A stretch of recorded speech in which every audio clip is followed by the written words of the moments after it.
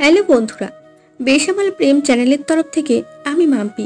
আমাদের ভিডিওগুলোর নোটিফিকেশন সবার আগে পেতে হলে নিচে থাকা সাবস্ক্রাইব বাটনটি ক্লিক করে পাশে থাকা বেল আইকনটি প্রেস করে নিন।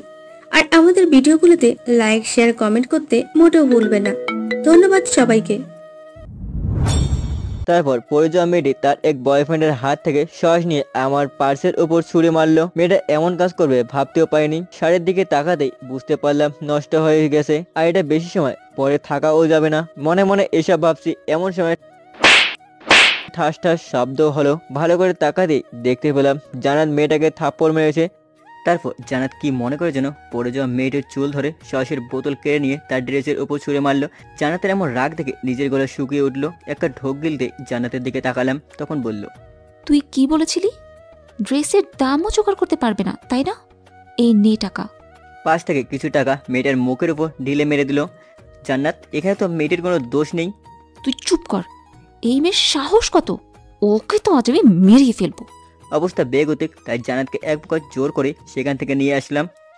আসার পরেই, ওই তুই আমাকে নিয়ে আসলি কেন?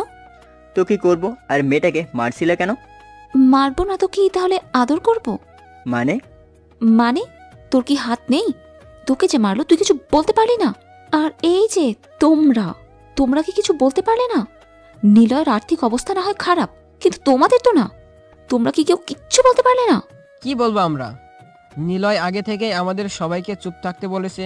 ওই তুই ওদের চুপ থাকতে বলছিস কেন? আমার কলার ধরে। তাছাড়া কি করব, আমি তো একটা ফকির। তোকে একদম মেরে ফেলবো আর একবার এসব কথা বললে। কেন? যেটা সত্যি সেটাই তো বলছি। বলতে হবে না তোর সত্যি কথা।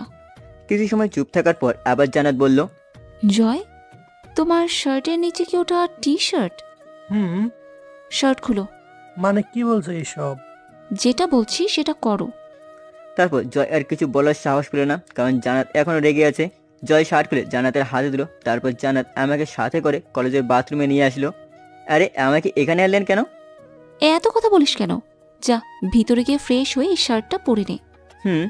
জান্নাতের থেকে শার্টটা নিয়ে বাথরুমে চলে গেলাম। ফ্রেশ হয়ে বাইরে বের হতেই দেখলাম জান্নাত দাঁড়িয়ে আছে। হয়েছে। এখন চলো। কোথায় যাব? মার্কেটে। এখন? তোর কোনো সমস্যা? না, আমার কি সমস্যা হতে যাবে? তাহলে চল। তারপর জান্নাতের সাথে সেখান থেকে চলে এলাম। কলেজ গেটে একটা রিক্সা নিয়ে দুজনে রওনা দিলাম। দুজনে চুপচাপ বসে আছি। এমন সময় জান্নাত বলল, তুই কোনো কিছুর প্রতিবাদ করিস না কেন? কে বলল প্রতিবাদ করি না? আজ যে হলো সেটা। এটাই তো তোমাদের দোষ ছিল। তাই বলে এতগুলো কথা শোনাবে? সেটা তো তুমিও বলো। তোর সাথে কথা বলে পারবো না। তারপর কিছু শার্ট প্যান্ট আমাকে কিনে দিল। মেয়েটা যতটা না রাগী তার থেকে অনেক সরল। বিল দেওয়ার সময় অনেক জোর করার পরেও আমি বিলটা দিতে পারলাম না, কারণ জান্নাত নিজেই সব টাকা দিল। তারপর সেখান থেকে বাসায় চলে এলাম। ফ্রেশ হয়ে জান্নাতের কথা ভাবতে ভাবতেই ঘুমিয়ে গেলাম। রাতে ফেসবুকিং করছি, হঠাৎ করে জান্নাতের কথা মনে পড়তেই কল করলাম। কেমন আছো? তোকে না বলেছি আর কল করবি না? আরে আমি নিলয়। কি? কোথা দামে তুই এতদিন এসব কথা বলেছিস? কেন, অন্য কেউ বলার ছিল বুঝি? তোর বুঝতে হবে না। কাল তুই আগে কলেজে আয়, তারপর না তোকে দেখাচ্ছি কার কত জন্ম হয়েছে। কথাটি বলেই কলটা কেটে দিলাম। আমিও আর কিছু না বলে সেদিনের মতো ঘুমিয়ে গেলাম। পরের দিন আজ কেন জানি না জান্নাতের দেওয়া ড্রেসটা পরতে ইচ্ছা করছে, কিন্তু পরতে পারছি না, কারণ ভালোবাসার মানুষের থেকে কিছু উপহার পেলে সেগুলো নষ্ট করতে ইচ্ছা করে না। কারণটা আমার থেকে তারাই ভালো জানে, যারা নিজেদের ভালোবাসার মানুষের থেকে কিছু উপহার পেয়েছে। হ্যাঁ, জান্নাত আমাকে সামান্য ড্রেস দিয়েছে, তবে এটাই আমার কাছে অনেক বড় পাওয়া। কিছু সময় ভাবতে মগ্ন হলাম, কিন্তু বারবার মন থেকে একটাই জবাব বের হচ্ছে, সেটা হলো কিছুদিন পর ড্রেসটা পরি।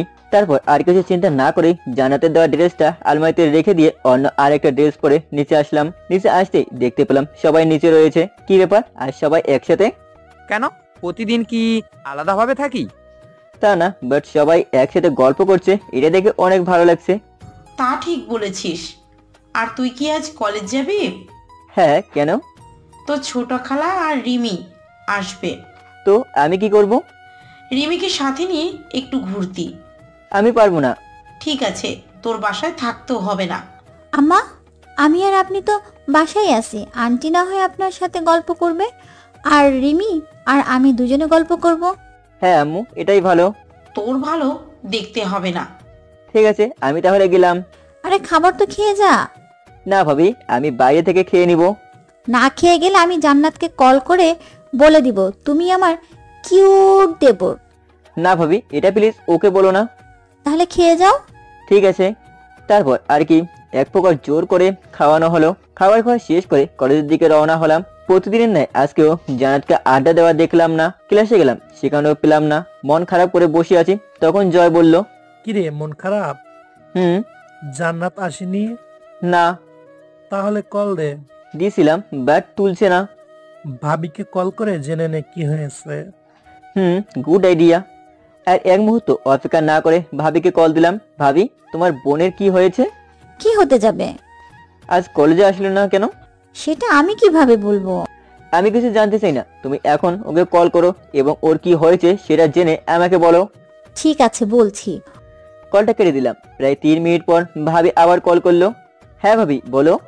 ওর নাকি একটি শরীর খারাপ লাগছে, তাই কলেজে আসতে পারবে না। তবে তুমি চিন্তা করো না। কিন্তু আমার কল তুললো না কেন? আমারটাও তুলে নিন, তারপর আম্মুকে কল করে এটা জানাতে পারতাম। ও ঠিক আছে, এখন রাখছি। হুম। ভাবির সাথে কথা বলা শেষ করে জয়কে সাথে নিয়ে ক্লাসে গেলাম। যথারীতি সবগুলো ক্লাস শেষ করে বাসায় চলে এলাম। রুমে এসে ফ্রেশ হয়ে ঘুমিয়ে গেলাম। কিছু সময় পর কারো ডাকে ঘুম ভেঙে গেল। ভালো করে তাকাতেই দেখলাম রিমি বসে আছে। কি রে, ডাকছিস কেন? ওই কুত্তা, এখন কেউ ঘুমায়? আমি ঘুমাই, তুই যা এখন। যাব না। না গেলে আমি আন্টিকে বলে দেবো তোরা সজলের রিলেশনের কথা। এই না ভাই, আমার এটা করিস না। তাহলে এখন তুই যা। তুই ঘুমা কুত্তা। রিমি বকা দিতে দিতে রুম থেকে চলে গেল। আর রিমি আমার ক্লাসমেট, যদিও আমরা এক কলেজে না, তারপরও আমরা সেম ইয়ার। আর সজল হলো ওর বয়ফ্রেন্ড। 6 মাসের রিলেশন। তা আপনাদের আর শুনতে হবে না, এখন আমি একটু ঘুমাই। রাতে ঘুম থেকে উঠে ফ্রেশ হয়ে নিচে এলাম। নিচে আসতে দেখলাম ভাবি আর রিমি ছাড়া সবাই বসে আছে। হয়তো তারা দুজন গল্প করছে। আরে নিলয়, দাঁড়িয়ে আছিস কেন? না মানে খালা, এইমাত্র ঘুম থেকে উঠলাম। এদিকে আয়। জি। তা তোর পড়াশোনার কি খবর? এই তো চলছে কোনো রকম। খালা, এবার তোমরা প্লিজ বেশি দিন থেকে যাও। না রে, তোর আঙ্কেলের এখন অনেক কাজের চাপ, কালকেই চলে যেতে হবে আমাদের। আমি এত কিছু জানতে চাই না, তোমরা কম করে হলেও 1 সপ্তাহ থাকতে হবে। কিন্তু ঠিক আছে, তোর আঙ্কেলের সাথে কথা বলে তোদের জানাবো। ঠিক আছে। তারপর সেখান থেকে ভাবি রুমে চলে এলাম। যেটা ভাবছিলাম সেটাই, রিমিও এই রুমে। ভাবি, কি করো? ওই কারো রুমে ঢুকতে যে পারমিশন লাগে সেটা কি তুই জানিস? আমি না জানি না, বাট তুই যে আমার রুমে পারমিশন না নিয়ে গেছিলি সেটার কি হলো? আরে ওটা তো আমি। থাক, তোমাদের আর ঝগড়া করতে হবে না। সেটাই। আর ভাবি, পরে কি জান্নাতের সাথে ফোনে কথা বলছিলা? না, পরে কথা হয়নি। ওহো, ঠিক আছে। জান্নাত কে রে? তোরা বলতে যাবো কেন? তুই না বললি? ভাবি তুমি বলো। না ভাবি, তুমি বলবা না। আরে বললে কি সমস্যা? সেটাই ভাবি, তুমি বলো। তারপর যা হয় সেটাই হলো। ভাবি সবকিছু রিমিকে বলে দিল। আর শুরু হলো রিমির পাগলামি। কুত্তিটা এখন আমার জান শেষ করে ফেলবে। সেখানে আর না থেকে রুমে চলে আসলাম। রুমে আসার পর কিছু সময় বন্ধুদের সাথে কথা বলে ঘুমিয়ে পড়লাম। পরের দিন ক্লাস করছি, এমন সময় স্যার একটা নোটিশ দেওয়ার জন্য সবাইকে মনোযোগী হতে বলল। তাই স্যারের কথাগুলো মনোযোগ দিয়ে শুনতে লাগলাম। সব শুনে বুঝতে পারলাম আগামীকাল আমাদের কলেজে একটি অনুষ্ঠান আয়োজন করা হয়েছে। সে যাই হোক, নোটিশ শোনার পর আবার ক্লাসে মনোযোগী হলাম, কারণ সবটা ক্লাস জান্নাত বিরক্ত করছে। বিরক্ত বলতে ক্লাসের সময় মাঝে মাঝে আমার দিকে তাকিয়ে এমন ভঙ্গিমা করছে, মনে হচ্ছে আমাকে ক্লাস শেষ হলে চিবিয়ে খাবে। আস্তে আস্তে কিছু বকাও দিচ্ছে, সেটা আমি স্পষ্ট বুঝতে পারছি। আর যেগুলো বলছে আমি শিওর সেসব আমার অতি চিরচেনা বকা, কুত্তা, ফকির ইত্যাদি। কোন রকম ক্লাসগুলো শেষ করে বাইরে বের হয়ে আসলাম। হঠাৎ পেছন থেকে কাঁধে হাত দিল। পিছন ঘুরতেই দেখলাম জান্নাত। কিছু বলবা? তোকে কাল কি বলেছিলাম? কি বলেছিলাম? তোকে কোন ড্রেস পরতে বলেছিলাম? ভালোবাসার মানুষের হাত থেকে পাওয়া উপহার আমার মতো মঞ্জুমার্কা ছেলে বিনা সময় এগুলো পরে নষ্ট করতে চায় না। মারলা কেন? তুই আমার কথা শুনিস নাই তাই। এটা মোটেও ঠিক করছো না। কোনটা ঠিক করি নাই শুনি? এই যে বাচ্চা ছেলেটিকে পেয়ে নির্যাতন করছো। ওলে আমার বাবু তারে, তা তোকে নির্যাতন করলে কি করবি শুনি? আমি কিছু করতে পারবো না। তবে তবে কি? তবে আল্লাহ সবে না। কি কইলি তুই? মজা করছিলাম, তবে তোমাকে আজ হেভি লাগছে, মন চাইছে একটা কিস করি। নে দিলাম। দূর, ভাল লাগে না, আমি গেলাম। ওই দাঁড়া। না, তুমি আবার মারবে। মারবো না সত্যি। তাহলে বলো, কাল কি কলেজে আসবি? কেন, আমাকে ছাড়া কি ভালো লাগছে না বুঝি? তুই 2 লাইন বেশি বুঝিস তাই। জি না আপু। তুই কি বললি কুত্তা ফকির? কে শোনে কার কথা। হোসেন বলে দৌড় দিয়া সেখান থেকে ভাগা দিলাম, কারণ এই সময়টুকুতে 3টে থাপ্পড় খাইছি, না জানি থাকলে আর কয়টা খেতে হবে। তাই সেখান থেকে এক প্রকার পালালাম। তারপর বাসায় চলে আসলাম। বাসায় এসেই প্রথমে ভাবির রুমে চলে গেলাম। ওই কুতি, তোর এত ভাবির সাথে কি কথা থাকে? তোরে বলুম কেন? তুই এখন চুপচাপ বসে থাক, আমি ভাবির সাথে কিছু গুরুত্বপূর্ণ কথা বলবো। তো বল আমার কি? নিলয়, কি হয়েছে? ভাবি, তোমার বোন আজকেও 3টা মারছে। কেন মারলো? ওর কি কখনো কারণ লাগে? সেটাও ঠিক। তবে ভাবি, আমি এখনো চিন্তায় আছি।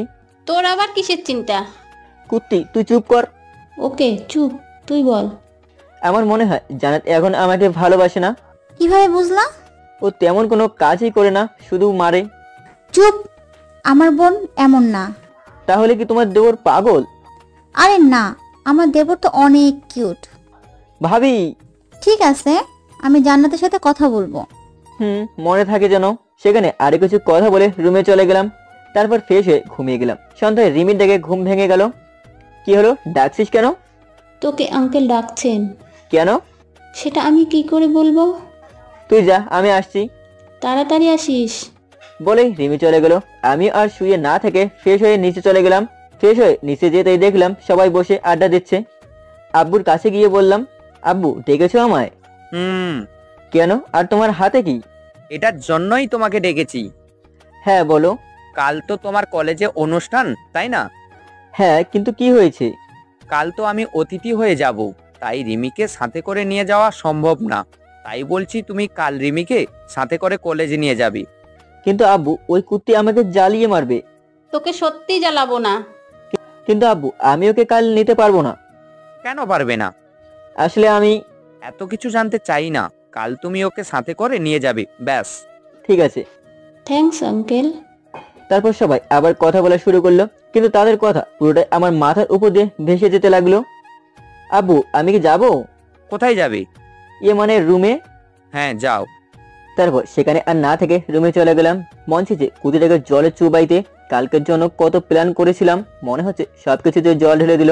মাথাটাও কাজ করছে না। থাক, এটা কিছু ভেবে লাভ নেই, যা হবার পরে দেখা যাবে। সেদিন মতো ঘুমিয়ে পড়লাম। পরের দিন কলেজে যাওয়ার জন্য তৈরি হব, এমন সময় জান্নাতের দেওয়া ড্রেসটার কথা মনে পড়লো। ভাবছি মেয়েটাকে একটু সারপ্রাইজ দিলে কেমন হয়। তাই আর কিছু না ভেবে জান্নাতের দেওয়া ড্রেসটা পরলাম। তবে মেয়েটা যতই বদমেজাজি হোক না কেন, সবকিছুর সুন্দর পছন্দ আছে। ওহো, আপনাদের তো বলাই হয়নি জান্নাত কেমন ড্রেস উপহার দিয়েছে। তবে শুনুন, সেদিন মার্কেটে গিয়ে একটা শার্ট একটা পাঞ্জাবি কিনেছিল, কিন্তু অবাক করার বিষয় হলো আমার পছন্দের কালারের পাঞ্জাবি। তারপর সেই পাঞ্জাবিটা পরলাম। পাঞ্জাবিটা পরে রিমিকে ডাকবো, এমন সময় জান্নাত কল করলো। ভাবতেই পারছি না, সে যাই হোক, কলটা ধরলাম। ওই ফকির, এত সময় লাগে কল ধরতে? কি করব, তুমি কল করছো, আমি বিশ্বাস করতে পারছি না, তাই একটু সন্দেহ হচ্ছিল, যার জন্য একটু দেরি হলো। তোকে কি বলবো আল্লাহ। ওকে বাদ দাও, এখন বলো কল করছো কেন? আজ একটু তাড়াতাড়ি কলেজে আসতে পারবি? মনে হচ্ছে একটু দেরি হবে। তুই যদি আজ দেরি করিস না, তাহলে তোর খবর আছে। কোন চ্যানেলে সম্প্রচার করা হবে গো? ধুর, তোর সাথে কথা বলে আমার ভুল হয়েছে। আমারও তাই মনে হয়। কি বললি তুই? কই, কি বললাম? তুই আগে কলেজে আয়, তারপর তোকে দেখাচ্ছি। কথাটা বলেই কেটে দিল। কিছু একটা বলবো, সেটার সুযোগটাও দিল না। দূর, ভাল লাগে না। ফোন হাতে নিয়ে বসে আছি, এমন সময় মনে পড়লো কাল বাসায় আসার সময় জান্নাতের জন্য একটা ঘড়ি কিনেছিলাম। সেটা নিয়ে গেলে হয়তো অনেক খুশি হবে, সাথে আজ মার খাওয়ার হাত থেকেও বাঁচবো। তারপর ড্রয়ার থেকে ঘড়িটা বের করে পকেটে নিলাম। ওই কুত্তা, তুই কি মেয়ে যে রেডি হতে এত সময় লাগে? আমার অনেক আগেই হয়েছে। তাহলে আসছিস না কেন? তুই গাড়িতে যা, আমি আসছি। তাড়াতাড়ি আসবি। রিমি চলে যাওয়ার পর বিছানা থেকে ফোনটা হাতে নিলাম, আর মনে মনে ভাবছি জান্নাতকে নতুন করে প্রপোজ করব। যদি আমার ভালোবাসা গ্রহণ করে তাহলে ওকে পরে কোনো এক সময় বুঝিয়ে বলবো। আর রাজি না হয়ে যাবে কোথায়? ভাবি তো বলেছে জান্নাত আমাকে ভালোবাসে, আমার আব্বুর সম্পত্তি কেনা, তাহলে ভয় কিসের? মনে মনে এসব ভাবছি, তখন মনে পড়লো রিমির কথা। অনেকক্ষণ আগে আমাকে ডেকে গেল। রুমে আর না থেকে গাড়ির কাছে চলে আসলাম, দেখলাম ড্রাইভার বসে আছে। রাকিব, তুমি থাকো, আমি নিজেই যেতে পারবো। ঠিক আছে। তারপর রাকিব গাড়ি থেকে নেমে গেল। গাড়িতে ওঠার পর দেখলাম রিমি পেছনে বসে আছে। ওই সামনে আয়। কেন? আমি কি তোর ড্রাইভার যে তোকে এভাবে নিয়ে যাব? এখানেই থাকি না। লাথি খাবি কুত্তি? তাড়াতাড়ি সামনে আয়। কুত্তা, তোর জন্য কোনো কিছুতেই শান্তি নেই। বলতে বলতে সামনে এসে বলল, কেন? গাড়ি ড্রাইভ করতে লাগলাম। আমার বাবুটার সাথে কথা বলতে চাইলাম। বাবু? যাও গিয়ে ফিল্টার খাও। দেখ নিলয়, সব কিছুতেই মজা নিবি না। ঠিক আছে, নিব না। আর তুই কি জানিস আঙ্কেল অনুষ্ঠানের প্রধান অতিথি? জানি না, তবে আব্বু ছাড়া কেই বা হবে? সেটাও ঠিক। রিমি, তুই তো একটা মেয়ে, তাই না? কেন, আমাকে কি তোর ছেলে মনে হয়? আরে না, তুই তো আমার কলিজার বোন। থাক, আর পাম দেওয়ার দরকার নাই। তোকে আমি হাড়ে হাড়ে চিনি। কোনো সমস্যার সমাধান পাওয়ার জন্য এমন করিস। তাহলে তো বুঝতেই পারছিস। এখন সমস্যাটা কি সেটা বল। জান্নাতকে কি উপহার দেওয়া যায়? গিফট করবি নাকি প্রপোজ করবি? দুটোই। রিং দিতে পারিস? আমি কি বিয়ে করছি যে রিং দিব? তাহলে ঘড়ি দিতে পারিস। ধন্যবাদ বোন, ঘড়ি কিনছি। জান্নাতের জন্য? ওকে ছাড়া কাকে দেবো বল? তারপর রিমির সাথে সারাটা রাস্তা কথা বলতে বলতে কলেজে চলে এলাম। গাড়িটা একপাশে পার্ক করার পর অনুষ্ঠানে এগিয়ে গেলাম। লক্ষ্য করে দেখলাম আব্বু আর প্রিন্সিপাল স্যার নেই। বুঝতে দেরি হলো না, তারা এখন প্রিন্সিপাল স্যারের রুমে বসে আড্ডা দিচ্ছে। সেদিকে না ভেবে রিমিকে সাথে করে নিয়ে জান্নাতকে খুঁজতে লাগলাম, কিন্তু খুঁজে পাওয়া তো দূরে থাক, জান্নাতের গন্ধও পাচ্ছি না। নিলয়, জান্নাতের ছবি আছে তোর কাছে? না, তবে ভাবির কাছে আছে। এখন ভাবিকে কোথায় পাবো? একটু অপেক্ষা কর, এমনিতেই দেখতে পাবি। ঠিক আছে। তারপর রিমির সাথে কথা বলতে লাগলাম। কুতিটা এমন এমন কথা বলে যেন না হাসে থাকাই যায় না। রিমির সাথে মজা করছি, হঠাৎ দেখলাম জান্নাত। আজকে মনে হচ্ছে এক অন্য জান্নাতকে আমি দেখছি। পরে নীল শাড়ি, খোলা চুল, হাত ভর্তি হরেক রকমের চুড়ি, কপালে ছোট্ট একটা লাল টিপ, ঠোঁটে হালকা লিপস্টিক, এক কথায় আকাশ থেকে ভেসে আসা কোন নীল পরি।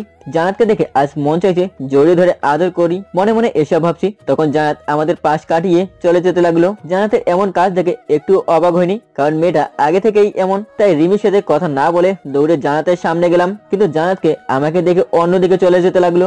জান্নাতের এমন ব্যবহার দেখে মন চাইছিল চুল ধরে আচ্ছা মতো পিটাই। জান্নাত চলে যাবে এমন সময় ওর চুলটা ধরে কাছে নিয়ে আসলাম। জান্নাতকে এভাবে সবার সামনে কাছে টেনে আনায় মেয়েটা এক প্রকার ভয় পেয়ে যায়, যা ওর চেহারা স্পষ্ট ভেসে উঠছে।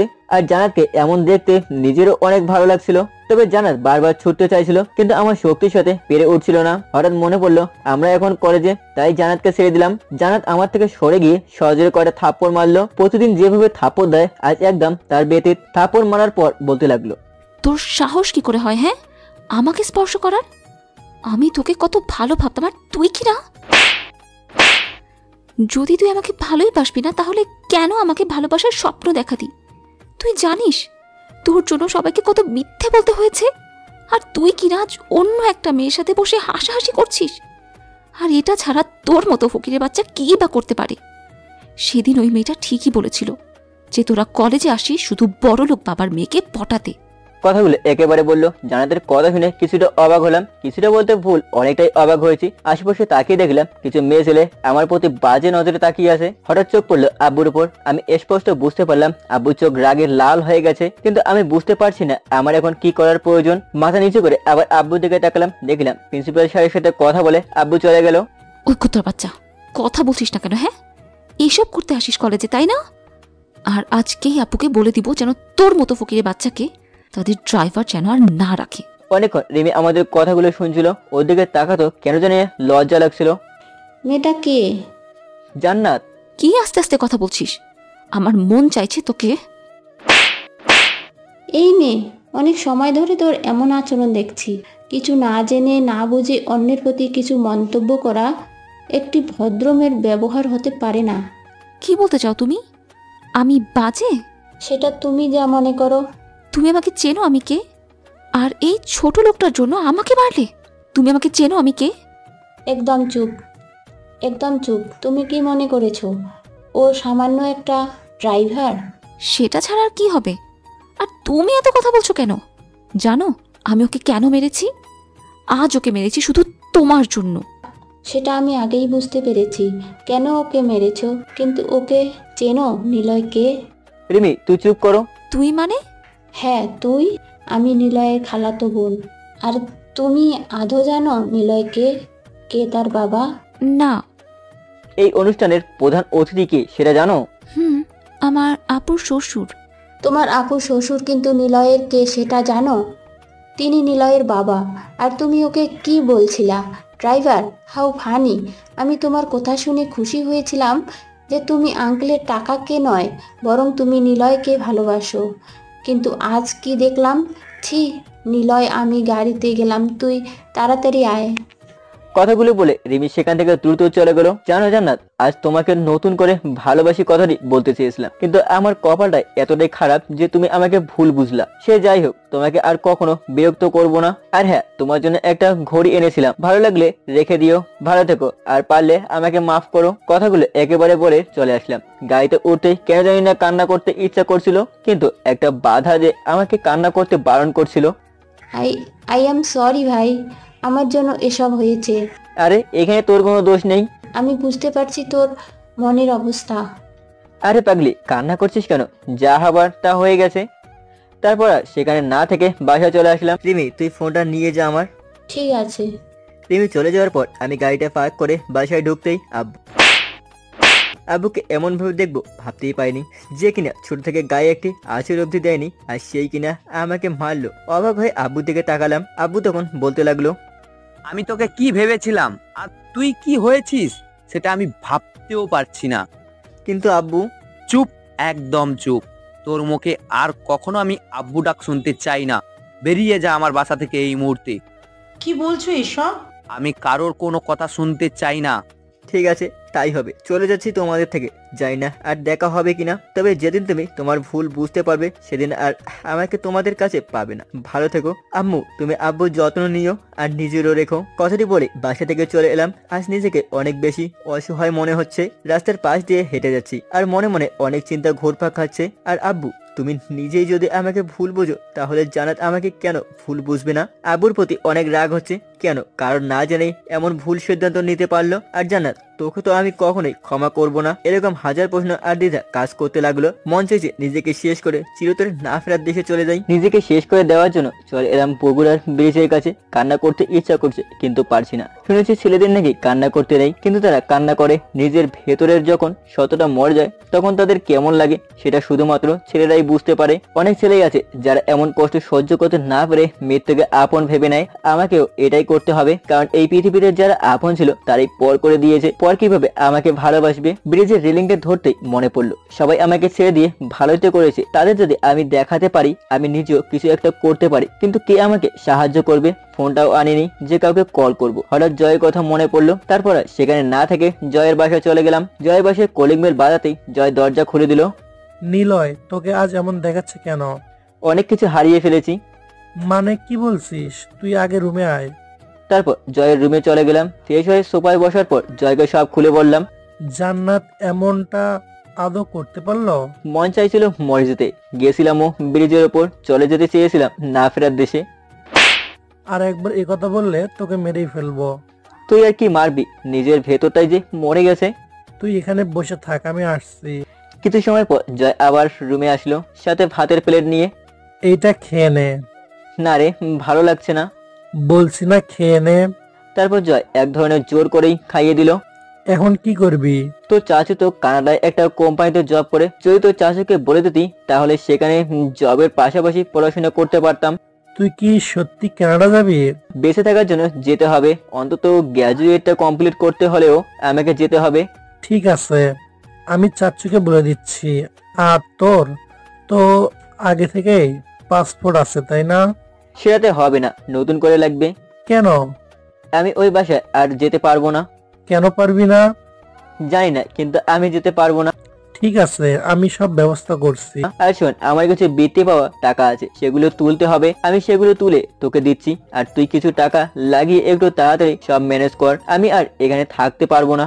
শালা, তুই কি আমাকে পর ভাবিস? তুই আমার জন্য, আমার পরিবারের জন্য কি করছিস সব ভুলে গেছিস? আরে এই বাসাটায় যে আছিস সেটাও তোর ভাগ আছে। তোর মনে আছে তুই এই বাসা তৈরিতে তোর বাবার থেকে কত টাকা আমাদের দিয়েছিস? সেগুলো তোর মনে নেই। আর তুই আজ বলছিস তোর থেকে টাকা নিব। তুই দুদিন অপেক্ষা কর, আমি আর আব্বু মিলে সব করছি। ঠিক আছে, কিন্তু কেউ যেন জানতে না পারে। তাই হবে। তারপর জয় চলে গেল। আমি সেখানে বসে ভাবতে লাগলাম, যার জন্য এত কিছু করলাম সেই কিনা আমাকে এভাবে অপমান করলো। ওই জন্য আব্বুটাও আমাকে ভুল বুঝলো। আর আব্বু তো জানে আমি জান্নাতকে ভালোবাসি, তাহলে কেন তিনি এমনটা করলো? মানলাম আমার ভুল হয়েছে, কিন্তু একবারের জন্য শুনতে চাইলো না আমি কি করেছি। এখন তো আমি পরিবারের থেকে দূরে আছি, কিছুদিন পর হয়তো দেশ থেকে দূরে থাকবো, কিন্তু তোকে আমি কখনোই মাফ করব না। আমাকে অনেক বড় হতে হবে। আর মিস্টার রাকিব সাহেব, আপনাকেও দেখাবো আমি কি করতে পারি। সেদিনের মতো এসব ভাবতে ভাবতেই কেটে গেল। অনেকবার কান্না করতে ইচ্ছা করছিল, কিন্তু পারিনি। আর পারিনি এটাই ভেবে যে আমাকে অনেক বড় হতে হবে। পরের দিন বিকেল বেলা ছাদে বসে আছি, এমন সময় জয় আর আঙ্কেল এলো। আঙ্কেলকে দেখার পর সালাম দিলাম। নিলয় বাবা, আমি আমার ছোট ভাইকে বলে দিয়েছি তুমি সেখানে গিয়েই থাকবে, কিন্তু তুমি যে চাকরির কথা বলেছিলে সেটা এখনো হয়নি। আপাতত তুমি ওর বাসায় থেকেই পড়াশোনা করবে। কিন্তু আঙ্কেল, যদি ওনার কোনো সমস্যা হয়? কোনো সমস্যা হবে না, আমি ওকে সব বলে দিয়েছি। আর যদিও সমস্যা হয় আমরা তো আছি, আমরা ওর সাথে কথা বলে নেব। আর শোন, আমার চাচ্চু অনেক ভালো, তোর সাথে অনেক ভালো সম্পর্ক হবে, দেখে নিস। কিন্তু পাসপোর্টটার কি হলো? সব হয়ে গেছে, আমি আর আব্বু সেখান থেকে আসলাম।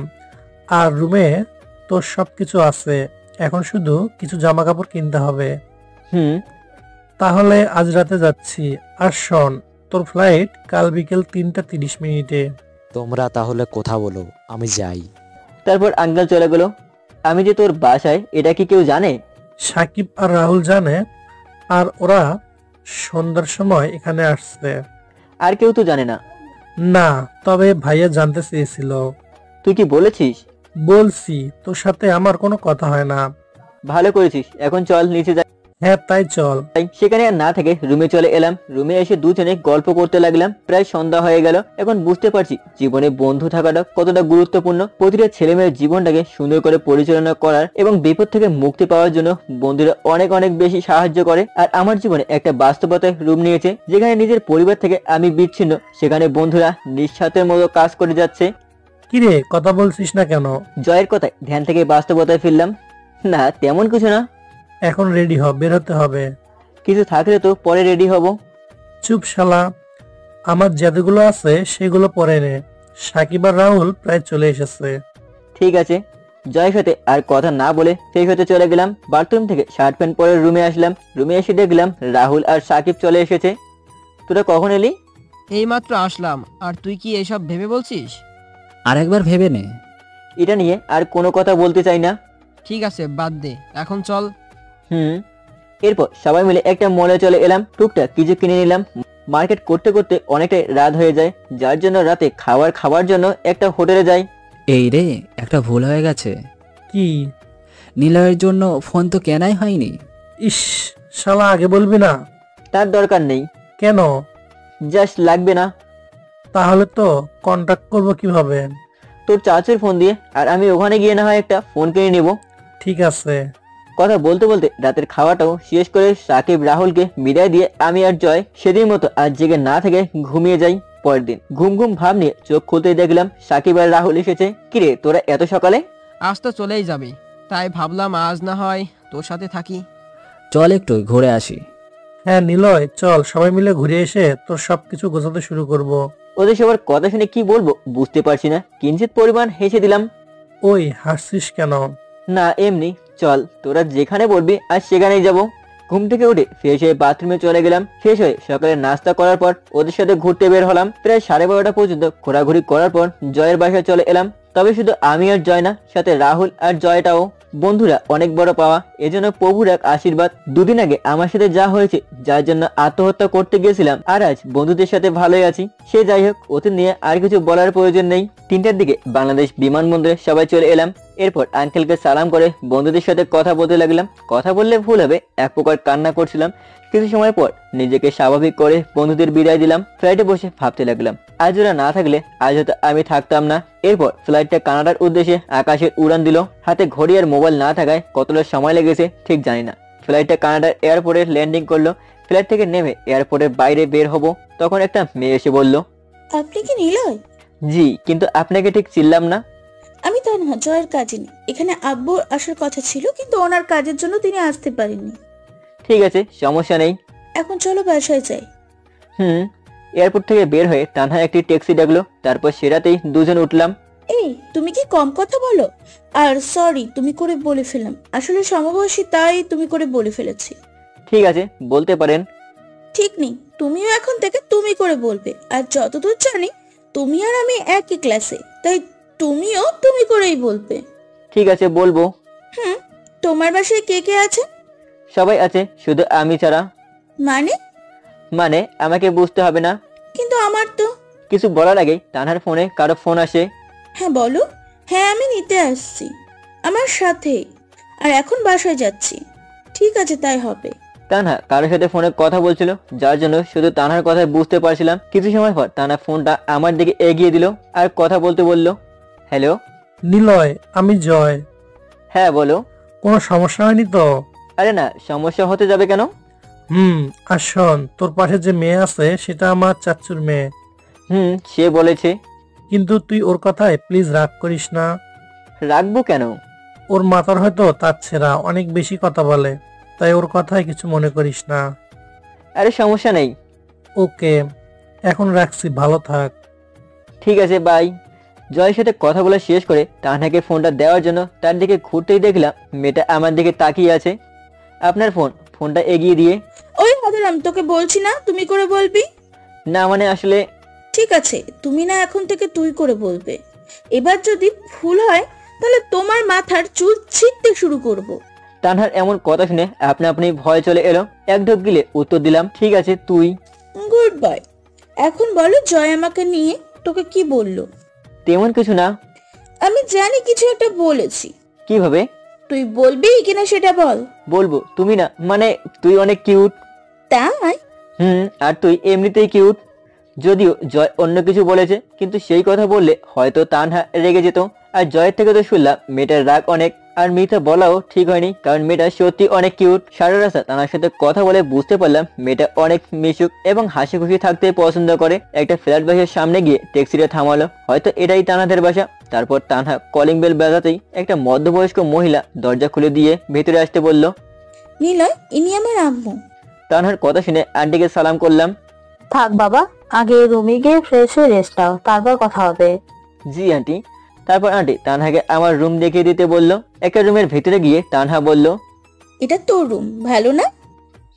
অনেক ভালো। আরে হবে না, তুই জানিস আজ সারাদিন আমি আর আম্মু মিলে এই রুমটা কত পরিষ্কার করেছি।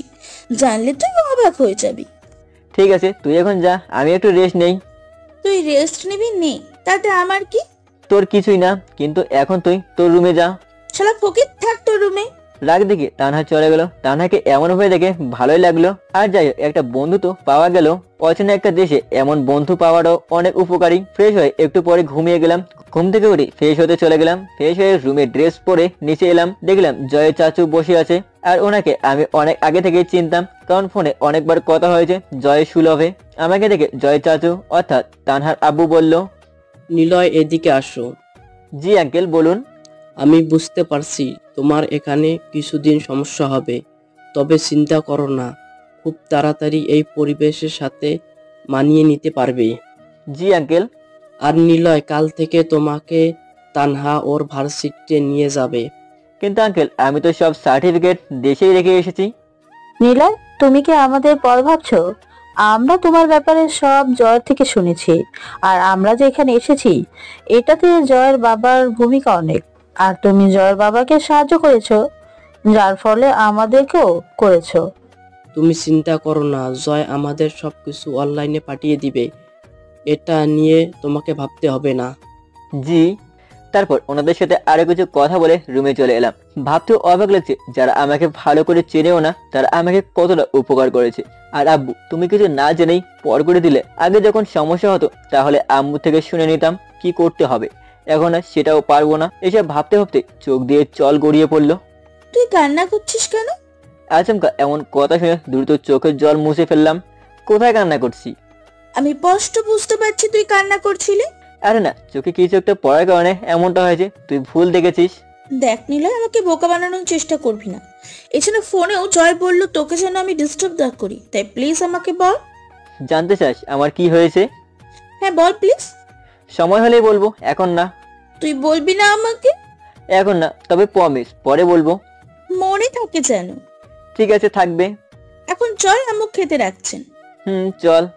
এইভাবেই কিছুদিন চলে গেল। তানহার ভার্সিটিতে ভর্তি হলেও এখনো ভার্সিটি যায়নি। তাই ভাবছিলাম আজ ভার্সিটি গেলে কেমন হয়। রুম থেকে বের হয়ে আন্টির কাছে গেলাম। নীলা, কিছু লাগবে তোমার? আন্টি, একটা কথা ছিল। সেটা বলার জন্য কি তোমার পারমিশন লাগবে? নীলায় আমাদের কোনো ছেলে নেই, তাই বলছি তুমি এখন আমাদের ছেলের মতোই।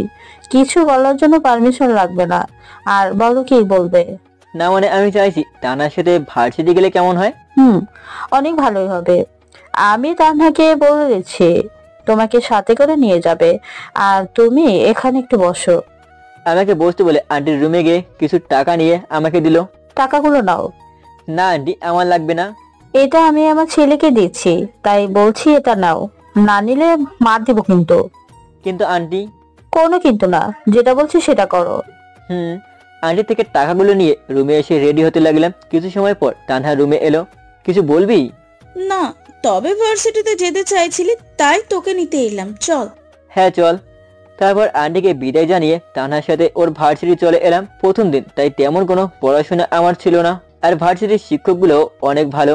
বাঙালি জেনেও ক্লাসের সবার সাথে পরিচয় করিয়ে দিল। সেদিনের মতো ক্লাস করে তানহার সাথে বাসার দিকে রওনা দিলাম। তোর প্রথম দিন কেমন কাটলো? অনেক ভালো। কিন্তু আমার ভালো যায়নি। কেন, তোর আবার কি হলো? আর বেস্ট আজ আসেনি। ওহ, বেচারি, অনেক কষ্ট পেয়েছো বুঝি। চুপ থাক, আমি তোর সাথে পরিচয় করিয়ে দিতে চাইলাম, আর নিজেও বাঙালি। তাহলে তো ভালোই হতো। তানহার সাথে কথা বলতে বলতে বাসায় চলে এলাম। বাসায় চলে আসার পর আন্টির সাথে কিছুক্ষণ কথা বললাম। আন্টির সাথে কথা বলার কারণ সেটা আপনারা সবাই জানেন। অতীতেও এমন হতো, কলেজ শেষ করে বাসায় এসে আম্মুর সাথে কথা বলতাম। কিন্তু এখন তো আর আম্মু নেই, তাই আন্টির সাথে কথা বললাম। আর শুধু আন্টির সাথে কথা বলার কারণ আঙ্কেল এই সময় অফিসে কাজ করেন। অপরদিকে তানহার সাথে অনেক ভালো বন্ধু গড়ে উঠেছে। মেয়েটাও অনেকটা অভিমানী, অল্পতেই রাগ করে। তবে রাগ করে বেশি সময় থাকতে পারে না। সকালে রাগ করলে দুপুরে রাগ হাওয়া হয়ে যায়। পরের দিন, আজকে ভার্সিটি যাবি? বাসা থেকে কি করব? তাহলে তাড়াতাড়ি রেডি হয়ে নে। তুই রেডি হবি না? না, আমি এভাবেই যাব। ঠিক আছে, 5 মিনিট অপেক্ষা কর, আমি আসছি। তারপর রেডি হয়ে তানহার রুমে গেলাম। তানহা, চল, আমি রেডি। এত তাড়াতাড়ি? চল। চল। তারপর দুজনে মিলে ভার্সিটি চলে এলাম। এখানে এসে যতটা উপকার হয়েছে সেরকম কিছুটা ক্ষতিও হয়েছে। আগে মন খুলে সবার সাথে কথা বলতে পারতাম, কিন্তু এখন শুধু তানহার সাথে কথা হয়। এসব হয়েছে জান্নাতের জন্য। এখন কেন জানি না জান্নাতের প্রতি অনেক রাগ হয়। কি চেয়েছিলাম আমি? শুধুমাত্র একটু ভালোবাসা। আর প্রতিদিন স্বরূপ আমি কি পেলাম? কষ্ট আর পরিবার থেকে আলাদা। এসব ভাবতে ভাবতে বুকের বারপাশটা চিনচিন ব্যথা অনুভব করলাম। এসব কথা ভাবছি, এমন সময় কে যেন আলতো করে ধাক্কা দিল। লক্ষ্য করলাম তানহা। কি হয়েছে, ধাক্কা দিচ্ছিস কেন? তোকে কখন থেকে ডাকছি, শুনতে পাস না? না মানে? কি মারামারি করছিস? ওকে, এখন চল। কোথায় যাব? আমার বেষ্ট অপেক্ষা করছে তার কাছে। কিন্তু এখন তোর ফোনটা দে। কেন? তানহার থেকে ফোনটা নিয়ে জয়কে কল দিলাম। জয়ের সাথে কিছু কথা বলতে লাগলাম আর তানহার পিছু পিছু হাঁটলাম। কিছু সময় পর একটা মেয়ে এসে তানহাকে জড়িয়ে ধরলো। সরি দোস্ত, গতকাল আসতে পারিনি। ঠিক আছে। আর কার কথা বলছিলি তুই? ওর কথা। এই চকলেট বয়? চুপ, ওর নাম নিলয়। আর নিলয়, ও হচ্ছে আমার বেস্ট শবনম। হাই। হাই। তাদের সাথে কিছু সময় কথা বলে ক্লাসে চলে গেলাম। সবগুলো ক্লাস করে বাইরে বের হতেই তানহা বলল, নিলয়, তোর ফোনটা দে তো। আমি ফোন কোথায় পাবো? তোর ফোন নাই? না। বুঝলাম। কি বুঝলি? তানহা কিছু না বুঝলেও আমি বুঝতে পারছি। নিলয় শোন, তুই কি জব করবি? শাবনামের কথা শুনে অবাক হয়ে গেলাম। মেয়েটা আমাকে তো চিনেই না, আজকেই পরিচয়। আর সেই কিনা আমাকে জব দিবে, কিন্তু ও জব কোথায় পাবে? আমাকে এমন চুপ দেখে শাবনাম বলল, কি হলো, কথা বলছিস না কেন? আমার জন্য চাকরি তুই কোথায় পাবি? আরে, আমার পাপার কোম্পানিতে। কিন্তু শাবনাম, ওর পড়াশোনা তো করতে হবে। পড়াশোনার পাশাপাশি জব করলে সমস্যা হবে। আরে সমস্যা হবে না শাবনাম, আমি রাজি। চুপ। শাবনাম, নিলয় এই জব করতে পারবে না। দোস্ত, নিলয়কে দিয়ে যদি অনলাইনে কাজ করাই দিনে 3 ঘন্টা। কিভাবে? তুই তো জানিস আমার পাপার পিৎজা ডেলিভারি অনলাইনে অর্ডার নেওয়া হয়। তো ও যদি অর্ডারগুলো নেয় এবং মলের ছেলেদের বলে দেয় তাহলে কেমন হবে? এভাবে তারা দুজন অনেক কথা বলতে লাগলো আর আমি শুধু শুনছিলাম, কারণ তাদের মাঝে কথা বলার মতো ক্ষমতা নেই। এখন বলতে গেলে জান্নাতের গালি দেওয়াটাই ঠিক ছিল, যা সব সময় দিত। ফকির চুপচাপ ওদের কথা শুনছি। এমন সময় শাবনাম বলল, নিলয়, তুই কি প্রতি সানডে আমার পাপার কোম্পানিতে যেতে পারবি? সানডেতে কেন? আমরা অনেক ভেবে দেখলাম তুই এখন যদি জব করিস তাহলে পড়াশোনার ক্ষতি হবে, তাই দুজনে ডিসিশন নিলাম প্রতি হলিডে তোর কাজ করলে তোর তেমন কিছু হবে না। কিন্তু শাবনামের বাবা এটা মানবে? এটা আমার উপরে ছেড়ে দে। কিন্তু কোনো কিন্তু না, যেটা বলছিস সেটাই ফাইনাল। ঠিক আছে। তারপর তিনজনে অনেকক্ষণ কথা বলার পর শাবনামের বিদায় দিয়ে আমরা দুজনে বাসার দিকে রওনা হলাম। কিন্তু আজ মনে হচ্ছে আমরা অন্য দিকে যাচ্ছি। তা না, এদিকে কোথায় যাচ্ছি আমরা? আমার বয়ফ্রেন্ডের সাথে দেখা করতে। তাহলে তুই একা যা, আমাকে নেওয়ার কি আছে? তোকেই লাগবে, এখন চুপচাপ থাক। আর কিছু না বলে তানহার সাথে হাঁটতে লাগলাম। কিছুটা যাওয়ার পর বড় একটা মলের ভিতরে ঢুকলাম। তানহা আশেপাশে চোখ বুলিয়ে আমাকে হাত ধরে নিয়ে গেল। লক্ষ্য করলাম যেদিকে ফোন বিক্রি হচ্ছে সেদিকে তানহা আমাকে নিয়ে এলো। তারপর সেখান থেকে একটা দামি ফোন কিনে মল থেকে বের হলাম। কিরে, তোর বয়ফ্রেন্ড কোথায়? ওই শালা, আমার বয়ফ্রেন্ড নাই। তাহলে যে বললি? মজা করছিলাম। আর এই নে ফোন। ফোন নিয়ে আমি কি করব? কি করবি মানে? এটা এখন থেকে তোর। আমার মানে? আমি জানি তোর বাসায় একটা সমস্যা হয়েছে, কিন্তু কি সমস্যা হয়েছে জানি না। আর দুদিন আগে আব্বু আম্মু রাতে তোকে নিয়ে কথা বলছিল। আমি তখন থেকেই বুঝতে পেরেছি তুই এখন অনেকটা একা, আর তোর ফোনটাও তুই এখানে নিয়ে আনিসনি। তা এটা তোর। দয়া দেখাচ্ছিস? দেখ নিলয়, তুই আমাকে ভুল বুঝছিস। এখন তুই এটা নে, আর যখন পড়াশোনা শেষ হবে তখন আমাকে একটা কিনে দিবি। ব্যাস হয়ে গেল। ধন্যবাদ দোষ। থাক, আর ধন্যবাদ দেওয়া লাগবে না। দুদিনে কথা বলতে বলতে বাসায় চলে এলাম। এভাবে অনেকদিন চলে গেল। ভার্সিটিতে তানহা আর শাবনামের জন্য আরো কিছু বন্ধু হয়েছে, তবে সবাই ভালো বন্ধু হলেও তানহা শাবনামের মতো কেউ ভালো বন্ধু হতে পারেনি। সপ্তাহে 6 দিন ভার্সিটি আর একদিন জব করাই আমার নিত্যদিনের কাজ হয়ে উঠেছে। সে যাই হোক, আজ সানডে, তাই অফিসে যেতে হবে। অফিসে যাওয়ার জন্য রেডি হচ্ছি, এমন সময় আন্টি রুমে এলো। আন্টিকে দেখার পর তাকে সালাম দিলাম। নিলয়, জবটা কি করা জরুরি? আন্টি, আমি জানি এটা না করলেও কোনো সমস্যা হবে না, কারণ আপনার মতো আন্টি এবং আঙ্কেলের মতো মানুষ থাকলে আমার এই জবটা না করলেও চলবে। কিন্তু আন্টি, আমি নিজের পায়ে দাঁড়াতে চাই। কিন্তু তোমার আঙ্কেল বললো জবটা না করলে ভালো হতো। সময় হলে ছেড়ে দেবো আন্টি। ঠিক আছে। আন্টির সাথে কথা বলে রেডি হয়ে অফিসে চলে গেলাম। আর বসটাও অনেক ভালো, সবার সাথে অনেক ভালোভাবে কথা বলে। অফিসে কাজ করছি, এমন সময় শাবনামের কল। এখন অফিসের নিচে আসো। পারবো না। আরে আমি একা না, সাথে তানহাও। তারপরেও আসতে পারবো না। কেন? অফিসের কাজ করছি। রাখ তোর কাজ, নিচে আয়। পারবো না বলেই কেটে দিলাম, কারণ এক সপ্তাহে অফিসে আসছি একদিন, তারপরেও যদি কাজ না করি তাহলে অফিসে এসে কি লাভ। তাই কল কেটে দিয়ে কাজ করতে লাগলাম। কিছু সময় পর বস এসে বলল, নিলয়, তুমি এখন বাসায় যাও। কেন স্যার? পাগলি মেয়েটা তোমাকে ছুটি দেওয়ার জন্য জেদ ধরেছে, তাই বাবা এখন যাও, না হলে বাসায় আমার খবর করে ছাড়বে। কিন্তু sir. Please Niloy, you can go now. Okay sir. তারপর অফিস থেকে বের হয়ে আসলাম। নিচে আসতেই দেখলাম দুটা পেতনি দাঁড়িয়ে আছে। কিছু সময় ওদের সাথে ঘোরাঘুরি করে বাসায় চলে গেলাম। এভাবেই দেখতে দেখতে প্রায় 5 বছর কেটে গেল। নিজেকে অনেক সময় অনেকভাবে আবিষ্কার করেছি। উদ্দেশ্য ছিল একটা, অনেক বড় হওয়া। কানাডা ভার্সিটি থেকে পিএইচডি করে বের হলাম, একটু আগে রেজাল্ট পেয়েছি। আর এখন আমি দুইটা বেস্ট ফ্রেন্ডের সাথে। তা এখন কি করবি? জানি না। আচ্ছা বাদ দে, তুই আগে এটা বল, তুই কেন কানাডা এসেছিস? কি সমস্যা ছিল? আর আজ না করতে পারবি না। ঠিক আছে, শোন তাহলে।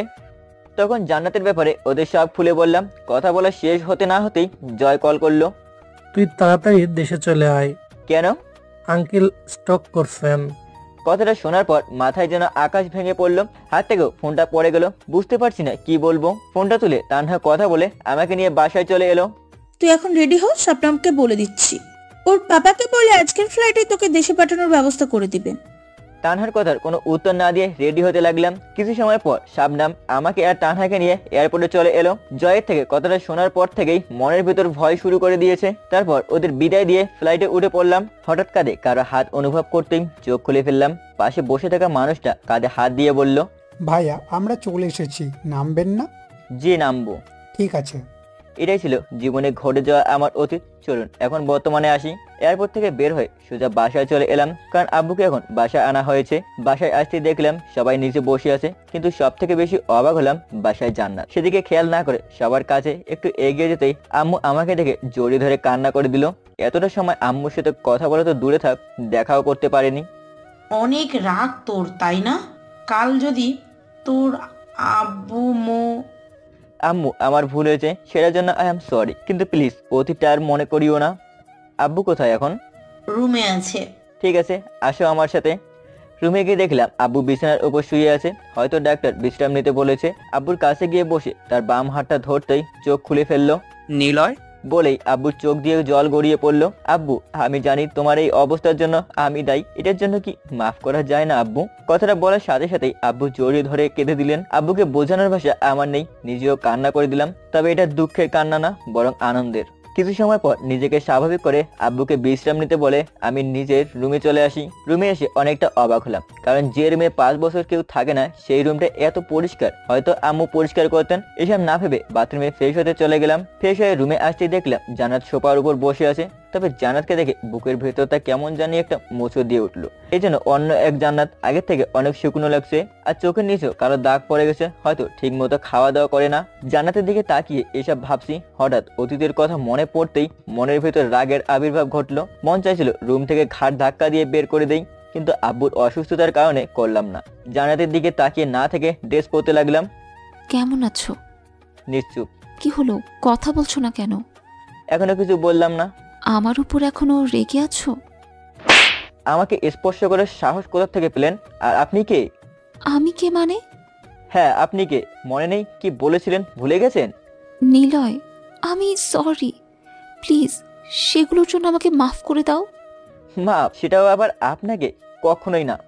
মাফ তোমাকে করতেই হবে, আর আমার হারানো ভালোবাসাটাও আদায় করব, দেখে নিও। আর কোনো কথা না বলে জানার রুম থেকে চলে গেল। আমিও দাঁড়িয়ে না থেকে ড্রেস পরে নিলাম। ড্রেস পরে রুমে বসে আছি, এমন সময় ভাইয়া এলো। ওখানে গিয়ে আমাদের ভুলে গেছিলি তাই না? ভাইয়া কি বলছো এসব? ওখানে গিয়ে যদি তোমাদের ভুলে যেতাম তাহলে ফিরে এলাম কেন? হ্যাঁ, সেদিন আব্বুর প্রতি অভিমান আর জান্নাতের প্রতি রাগ দেখিয়ে চলে গেছিলাম, কিন্তু আজ সবার মাঝে ফিরে এসেছি। ওখানে গিয়ে কোথায় ছিলি?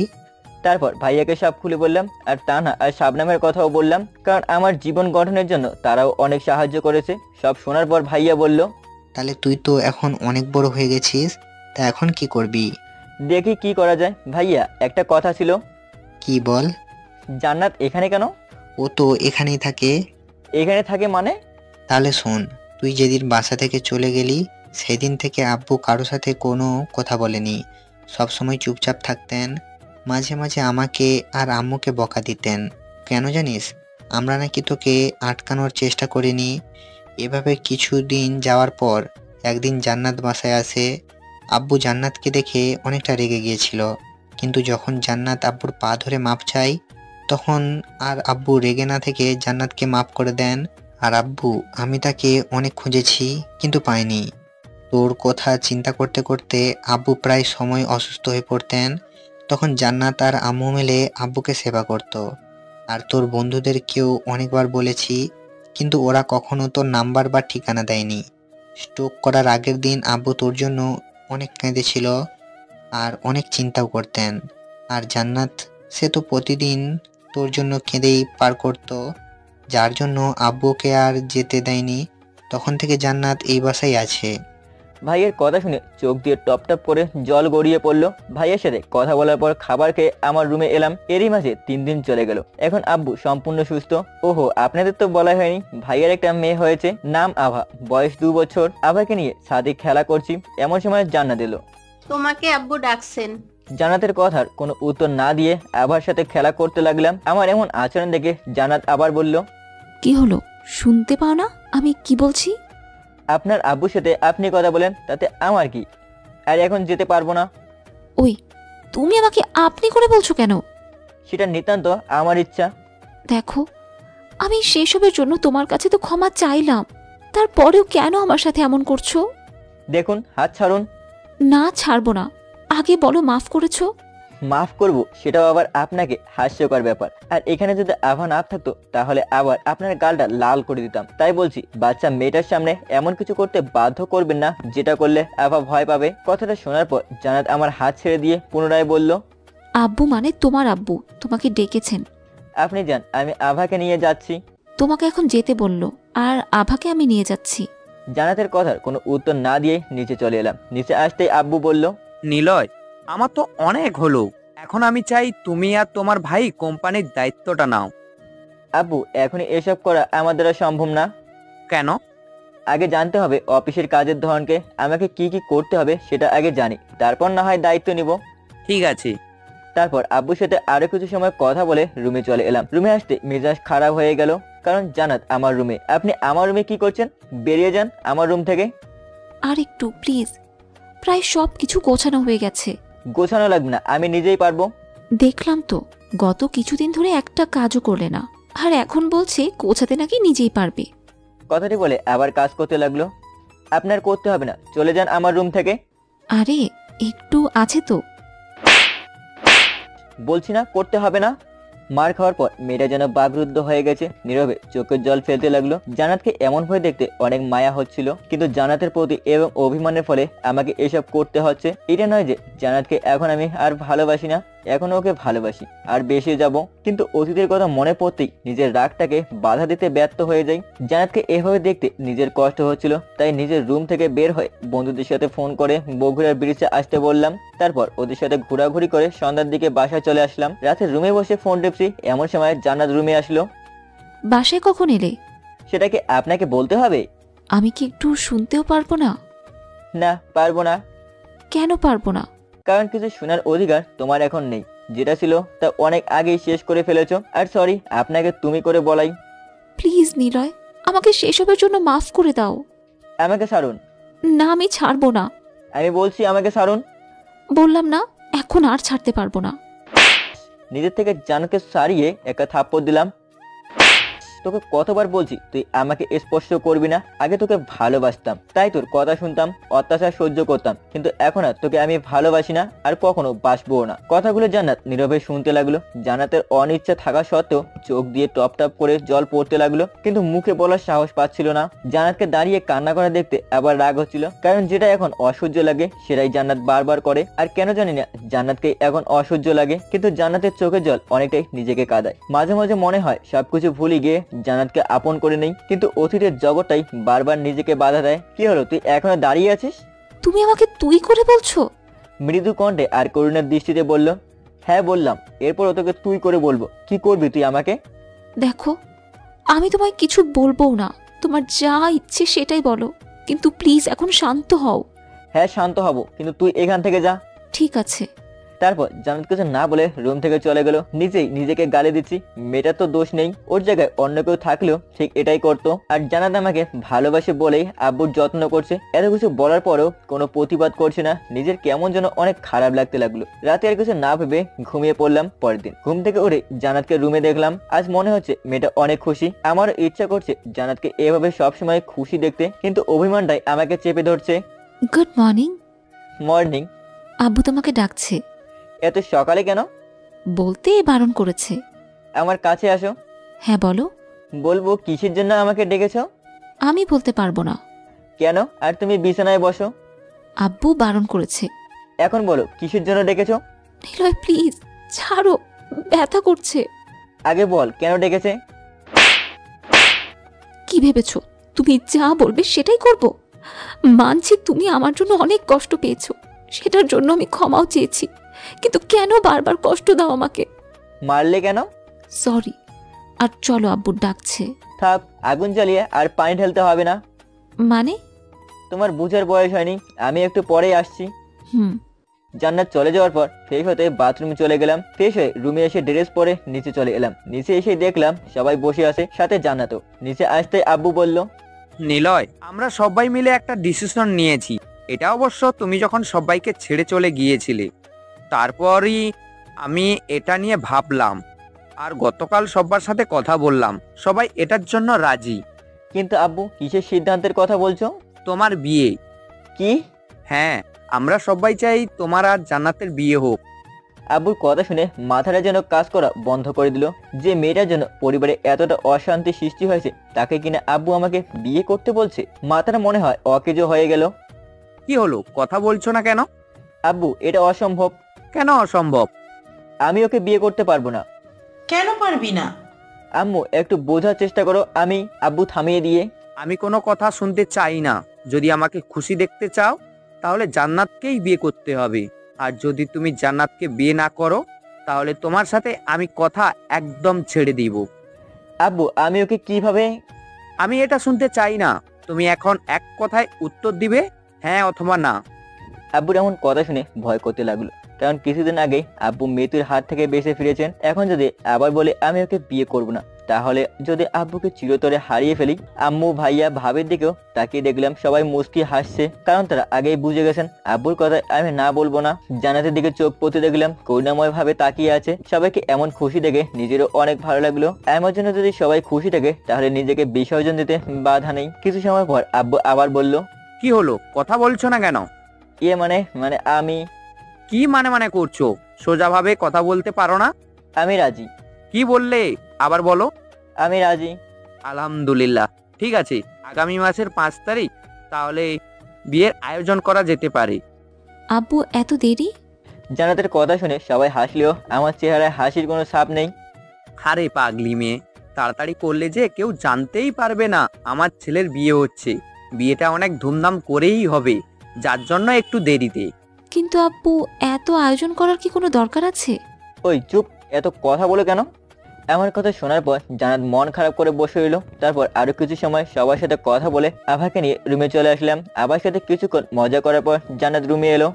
বলেছিলাম না নিজের ভালোবাসাকে আদায় করে নিব। এখন শুধু তুমি দেখো বাবু। তোমাকে দেখার মতো এখন আর কিছু নাই, যাও এখন। ওই চুপ হারামি। একটা কাজ করবে? হ্যাঁ বলো। আভাকে একটু ভাবির কাছে রেখে আসো। কেন? তোমার সাথে কথা আছে। তো কি হয়েছে, আভা থাকুক, ও থাকলে কি সমস্যা? ঠিক আছে, তোমার যেতে হবে না, আমি নিজেই ভাবির কাছে রেখে আসছি। থাক, আর ঢং দেখাতে হবে না, দাও। তারপর আভাকে নিয়ে জান্নাত চলে গেল। একটু পর জান্নাত রুমে আসলো। এখন বলো। আমার সামনে দাঁড়াও।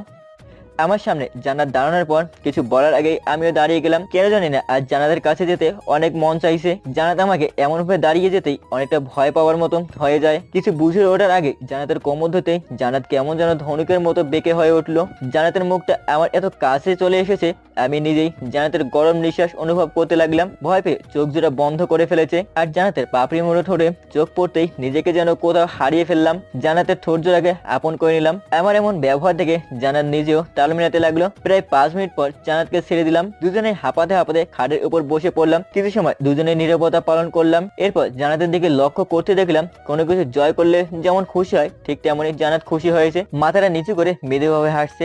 এমন ভাবে হাসার কি আছে? কি করব? ওই চুপ, তুই আমার কিছুর সাথে তাল মিলাচ্ছিলি কেন? আমার ভালোবাসা আদায় করার জন্য। আমি তো ভুল করে কিস করে ফেলেছি, না হলে তোর মতো মেয়েকে আমি কেন, কেউই কিস করবে না। কি বললি তুই? কথাটা বলে আমাকে বিছানার উপর ধাক্কা দিয়ে ফেলে দিয়ে আমার পেটের উপর বসলো। হাত দিয়ে সরিয়ে উঠে বসবো সেটাও করতে পারছি না, কারণ ওর হাত দিয়ে আমার 2 হাত বিছানার সাথে চেপে ধরেছে। এখন বল, কেন অনিচ্ছায় কিস করলি? সেটা আমার ইচ্ছা। তোর ইচ্ছে মানে? বলে আমার ঠোঁটের উপর অত্যাচার করতে লাগলো। এবার প্রায় 7 মিনিট পর ছাড়লো। জান্নাতের এমন পাগলামি দেখে নিজেই ক্লান্তি হয়ে পড়ছি। কখন যে অজ্ঞান হয়ে যাব তার কোনো ঠিক নেই। এখন বল, মন থেকে কিস করেছিস নাকি অন্য কিছুর জন্য? মন থেকে করেছি। আমাকে ভালোবাসিস এখন? না, বাসি না।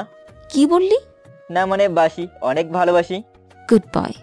তারপর কপালে একটা চুমু দিয়ে জান্নাত চলে গেল। আমিও ভাবনার ভিতরে চলে গেলাম। জান্নাতকে আসলে আমার জন্য সঠিক, আর আব্বু তো এখন নিজেই জান্নাতকে আপন করে নিয়েছে, তাহলে আমি পারবো না কেন? ভাবনার মধ্যে একটা কথাই বারবার নিজেকে নাড়া দিচ্ছে, সেটা হলো জান্নাতকে আপন করে নিতে। নিজেও ঠিক করলাম জান্নাতকে আপন করে নিব, কিন্তু তার আগে জ্বালাতন করব অনেক। এসব ভাবতে ভাবতেই ঘুমিয়ে গেলাম। ওই ঘুম থেকে উঠো। না, একটু পরে। প্লিজ উঠো। বলছি না একটু পরে, যাও এখান থেকে। ঘুমিয়েছিলাম এমন সময় জান্নাত ডাক শুরু করে দিয়েছে। শান্তি মতো ঘুমাতেও দিবে না। জোরে কথা বলাই জান্নাত আর কিছু না বলে চলে গেল। ঘুমটা আর ধরছে না, তাই ফ্রেশ হয়ে নিচে চলে এলাম। ফ্রেশ হয়ে নিচে আসতে দেখলাম আম্মু, ভাবি, আভা আর জান্নাত বসে আছে। আব্বু ভাইয়া হয়তো অফিসে গেছে। আমাকে নিচে আসতে দেখে জান্নাত দাঁড়িয়ে গেল। কি রে মা, তুই দাঁড়িয়ে গেলি কেন? না আম্মু, এমনি। নিলয় কিছু বলেছে? না আম্মু, ও কি বলতে যাবে? তাহলে দাঁড়িয়ে গেলি কেন? বস এখানে। জি আম্মু। জান্নাত আর আম্মুর এমন কথাটা শুনে মনটা চাইছিল জান্নাতকে গলা টিপে মেরে ফেলে। কতটা ভালোবাসা, এসব কথা মনে মনে ভাবছি। এমন সময় আম্মু বলল, ওই তুই দাঁড়িয়ে আছিস কেন? আমি তো আর তোমার কিছু না যে ওনার মতো আমাকে বাঁচতে বলবে। ও না মানে, তার মানে তোর আর জান্নাতের মাঝে কিছু হয়েছে? বল কি হয়েছে? আমি কিভাবে বলবো? বলবি তুই? আরে রাগ করছো কেন? তাহলে তুই বল। আসলে আম্মু ঘুমিয়েছিলাম, তখন জান্নাত আমায় ডাকছিল, বিরক্ত হয়ে ওকে একটা ধমক দিয়েছি। ঠিক আছে, ওকে এখন সরি বল। কি? আমি সরি বলতে যাব কেন? আমি বলছি তাই। পারবো না। যা বলছি তাই কর। থাক আম্মু, ওকে বলতে হবে না, দোষ তো আমারই ছিল। ঘুমের সময় কাউকে বিরক্ত করলে ধমক দেওয়াটাই তো স্বাভাবিক। গম্ভীর আর আস্তে আস্তে কণ্ঠে বলল, তুই চুপ। আর ওই গাধা, ওকে একটু দেখে শেখ, কত ভালো মেয়ে। এত ভালোবাসা আমার লাগবে না। মানে কি বলতে চাস তুই? ভাবি তুমি বুঝবা না। কি বুঝবো না আমি শুনি? আমার বোন তোকে ভালোবাসে সেটা বুঝবো না? নাকি জান্নাত যখন সামান্য একটা ড্রাইভারকে ভালোবাসার জন্য সারাটা রাত কান্না করতো সেটা বুঝবো না? নাকি তোর অনুপস্থিতিতে প্রতিটা রাত জেগে জেগে শুধু তোর জন্য চোখে জল ফেলতো সেটা বুঝবো না? বল আমাকে, আমি কি বুঝবো না? ভাবির কথাগুলো মনে হয় আমার মাথার উপর দিয়ে গেল, কিছুই বুঝতে পারলাম না। কি হলো, চুপ করে আছিস কেন? না এমনি। আভা আম্মু চলো আমরা খেলা করি। না, আভা কোথাও যাবে না। ভাবি প্লিজ, আমার এসব কথা বলতে ভালো লাগছে না, আভাকে আমার কাছে দাও। না, তুই আগে বল আমি কি বুঝবো না। ওহো, তার মানে তোমার বোনের জন্য তুমি আভাকে আমার কাছে দিবে না? আমি সেটা বলিনি।